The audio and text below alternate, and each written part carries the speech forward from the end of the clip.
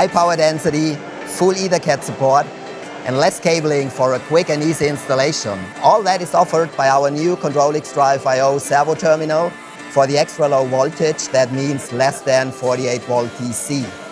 The shape allows us to easily integrate it and seamlessly integrate it into a Controlix I/O station.